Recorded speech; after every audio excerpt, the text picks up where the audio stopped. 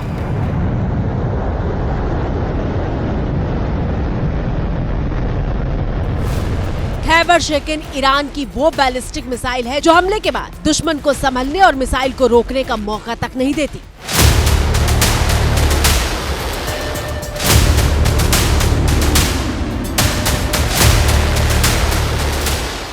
खैबर शेकन Iran की medium range ballistic missile है। इसकी रेंज 1450 किलोमीटर है। ये मिसाइल सटीक हमला करने में माहिर है।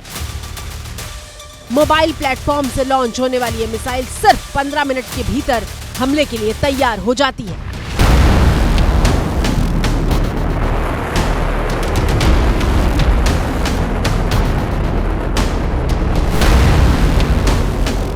मिसाइल की सबसे खतरनाक बात यह है कि खैबर शेकिन क्लस्टर बम ले जाने में सक्षम है, यानी एक ही बम में छोटे छोटे बम होते हैं जो एक बड़े इलाके में जाकर तबाही मचाते हैं।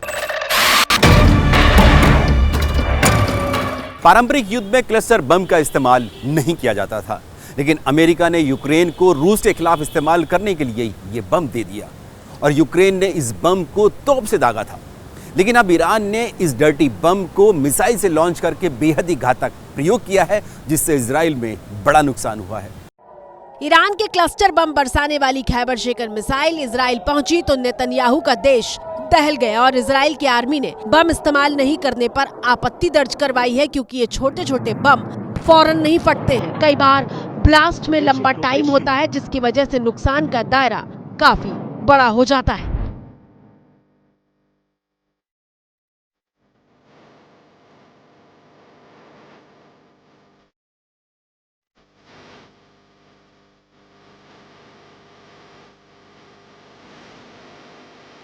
ईरान ने जिस तरीके से इजराइल पर खैबर शेकिन मिसाइल से क्लस्टर बम बरसाए हैं, वो तेहरान यूनिवर्सिटी के प्रोफेसर मोहम्मद मरांडी की उस बात पर मोहर लगा रहा है कि ईरान ने अपने तरकश से अभी सबसे घातक और आधुनिक हथियार तो निकाले ही नहीं है। But Iran is not a military superpower either, and we are seeing the vast majority of drones and missiles. Surely Iran cannot win a military war and therefore has to go for some other kind of strategy in coming to a settlement. Iran will defeat the United States. Time will tell. देखा आपने, जब Israel का media Iran के professor से पूछता है कि आप युद्ध में तो जीत नहीं पाएंगे, तो वो पहले मुस्कुराते हैं और फिर ईरान की जिस रणनीति का खुलासा करते हैं वो वाकई हैरान कर देता है। Drones that are being fired are very old drones. Iran ने जो मिसाइल और ड्रोन फायर किए हैं वो बहुत पुराने हैं और हमारे सस्ते हथियारों के लिए अमेरिका अपने बेहद महंगे एयर डिफेंस सिस्टम को इस्तेमाल कर रहा है। हमने अपने आधुनिक हथियार इस्तेमाल करना अभी शुरू भी नहीं किया है और ईरान में जमीन के नीचे मौजूद हथियार के ठिकाने भी अब तक नहीं खोले गए हैं। ईरान इस दिन की तैयारी उस दिन से कर रहा है जिस दिन इराक पर अमेरिका ने धावा बोला था।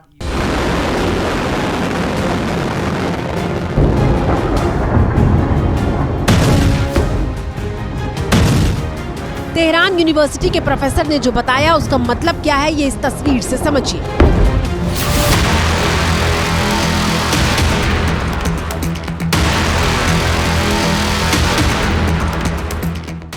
यह ईरान का वो अंडरग्राउंड हथियारों का ठिकाना जिसकी सही संख्या ना तो ईरान के दुश्मन जानते हैं और ना ही दोस्त।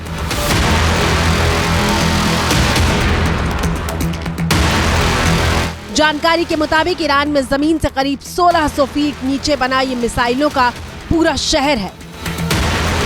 खास बात यह है कि यहाँ अंडरग्राउंड ठिकानों से ही मिसाइलें लॉन्च भी हो जाती हैं।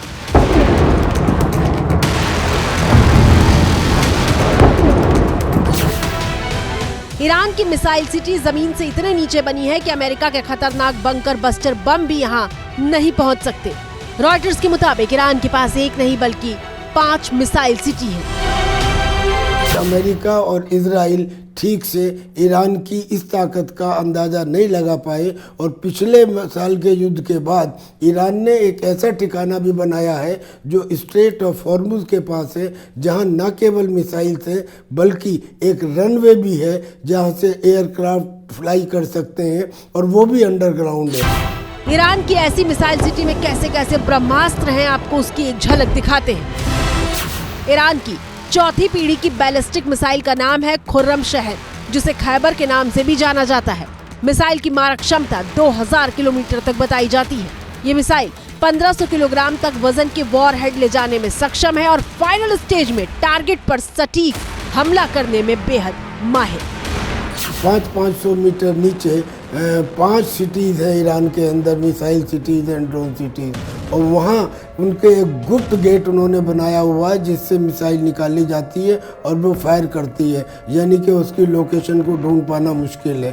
फिर इनकी फतेह मिसाइल है जो हाइपरसोनिक है, और हाइपरसोनिक मिसाइल चूँकि ध्वनि की रफ्तार से 5 गुना तेज चलती है तो वो अपने सामने एयर को आयोनाइज कर देती है, एक प्लाज्मा बन जाता है, तो किसी भी रडार की किरणें बजाय रिफ्लेक्ट होके जाने के एब्जॉर्ब हो जाती हैं, यानी कि वो अदृश्य हो जाती हैं मिसाइल, इसलिए उन्हें डिटेक्ट कर पाना मुश्किल है।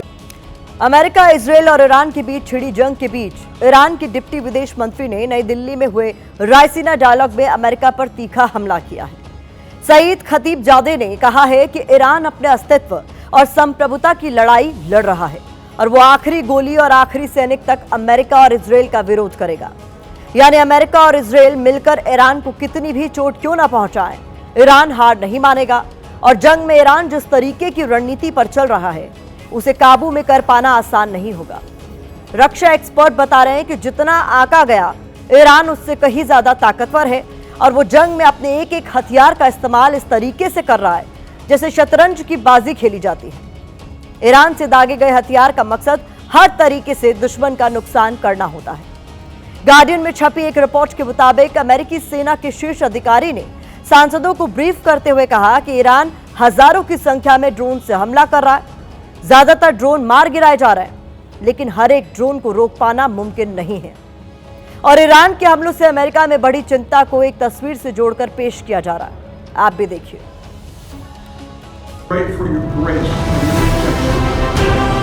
ये अमेरिका के राष्ट्रपति ट्रंप की वो तस्वीर है जो बहुत कम या शायद ना के बराबर देखने को मिलती है।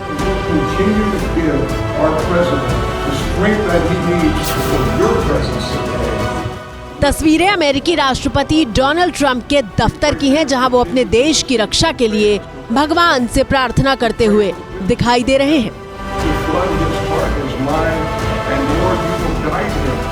ट्रंप आंख बंद करके अपनी कुर्सी पर बैठे हुए हैं और उन्हें चारों तरफ से तमाम पादरी और उनके सहायक घेरे हुए हैं।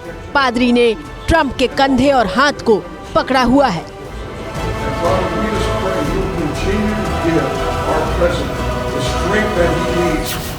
ओवल ऑफिस में हुई इस प्रार्थना सभा के वीडियो को एक्स पर गॉड ब्लेस अमेरिका कहते हुए शेयर किया गया है। अमेरिकी मीडिया के मुताबिक ट्रंप ने प्रार्थना के लिए अपने ऑफिस में पादरियों को आमंत्रित किया था। इस तस्वीर को ईरान की तरफ से पेश की जा रही चुनौती और ट्रंप की परेशानी से जोड़ा जा रहा है, लेकिन दूसरी तरफ ट्रंप बड़े बड़े दावे करने से चूक नहीं रहे। ईरान के साथ युद्ध के बीच आए ट्रंप ने अपने सबसे ताजा बयान में कहा है कि वो ईरान की सेना को बुरी तरह तोड़ चुके हैं और ईरान की गुजारिश करने पर भी वो उससे बातचीत करने के मूड में बिल्कुल नहीं है। The United States military, together with the हम दुश्मन को तय वक्त से बहुत पहले और इस तरीके से खत्म कर रहे हैं जैसे कभी देखा भी नहीं गया था। the enemy far ahead of schedule. हम हर घंटे ईरान की मिसाइलें और ड्रोन क्षमता को खत्म कर रहे हैं। उन्हें नहीं पता था कि क्या हो रहा है। उनकी नेवी खत्म हो गई है। 3 दिन में 24 जहाज खत्म हो गए। They don't know what's happening. Their navy is gone. उनके एंटी एयरक्राफ्ट हथियार खत्म हो गए हैं, इसलिए उनके पास कोई एयरक्राफ्ट नहीं है। Their anti-aircraft weapons. वो कह रहे थे कि हम डील कैसे करें। मैंने कहा आप थोड़ा लेट हो गए हो। अब हम उनसे सिर्फ लड़ना चाहते हैं। And they're calling, they're saying, how do we make a deal? I said, you're being a little bit late, and we want to fight now more than they do. Trump ने तो कह दिया कि वो ईरान से नहीं बल्कि उनके हथियार बात करेंगे, जबकि ट्रंप के दावे को पूरी तरह से खारिज करते हुए ईरान के विदेश मंत्री ने कहा है कि तेहरान अमेरिका को बातचीत करने लायक नहीं समझता है। हमें अमेरिका से बातचीत करने की कोई वजह नहीं दिखती। ईरान ने 2 बार बातचीत की और हर बार उन्होंने बातचीत के दौरान ही हमला कर दिया। ईरान इस युद्ध के लिए पहले से ज्यादा तैयार है और उसकी मिसाइल क्षमताओं को पिछली बार के बाद बड़ा सुधार किया गया है। ईरान अब किसी भी स्थिति के लिए तैयार है। And we are prepared for any other eventuality, even a ground invasion.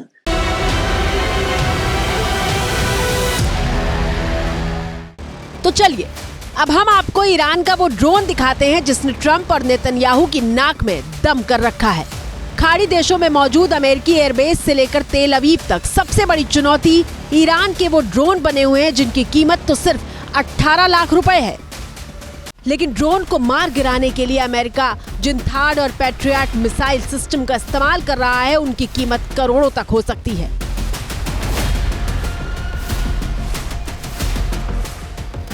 मिसाल के लिए शाहेद ड्रोन को देखिए। 1500 किलोमीटर की रेंज वाले ईरान के शाहेद ड्रोन का तोड़ दुनिया के बेहद कम मुल्कों के पास मौजूद है।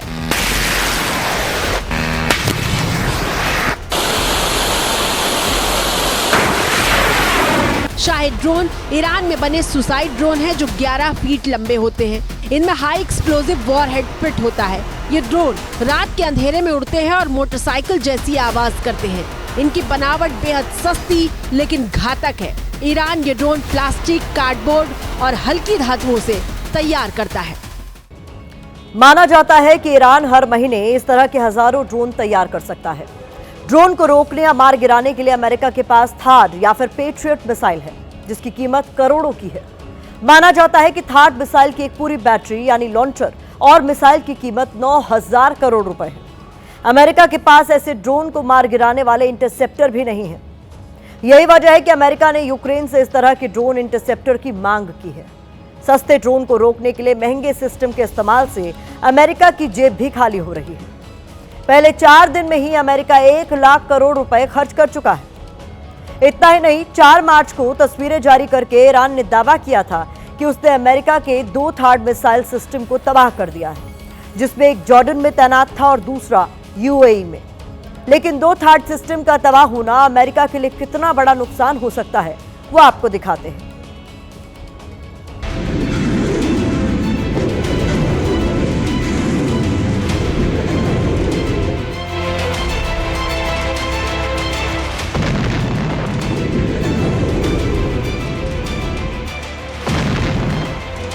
अमेरिका के थार्ड सिस्टम की गिनती दुनिया के सबसे एडवांस एयर डिफेंस सिस्टम के तौर पर की जाती है, जिसका मकसद दुश्मन की बैलिस्टिक मिसाइल को उसकी फाइनल स्टेज में ही नष्ट करना है। लेकिन थार्ड पर ईरान के ड्रोन कैसे भारी पड़ रहे हैं वो समझिए।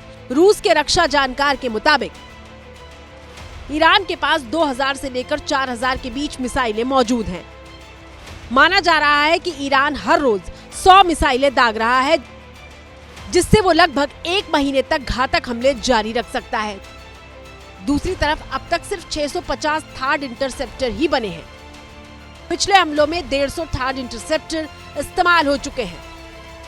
जानकारों के मुताबिक अमेरिका के संभल कर भी इस्तेमाल करने पर यह स्टॉक 10 दिन तक चलेगा।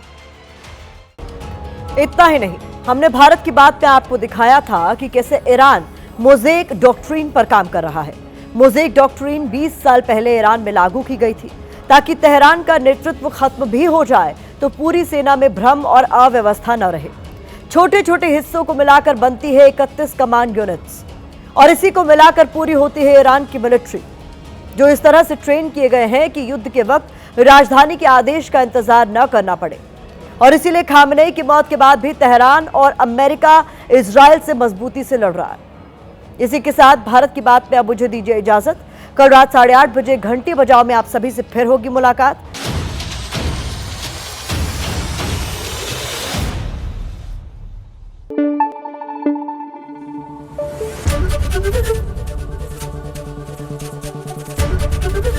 एबीपी न्यूज आपको रखे आगे।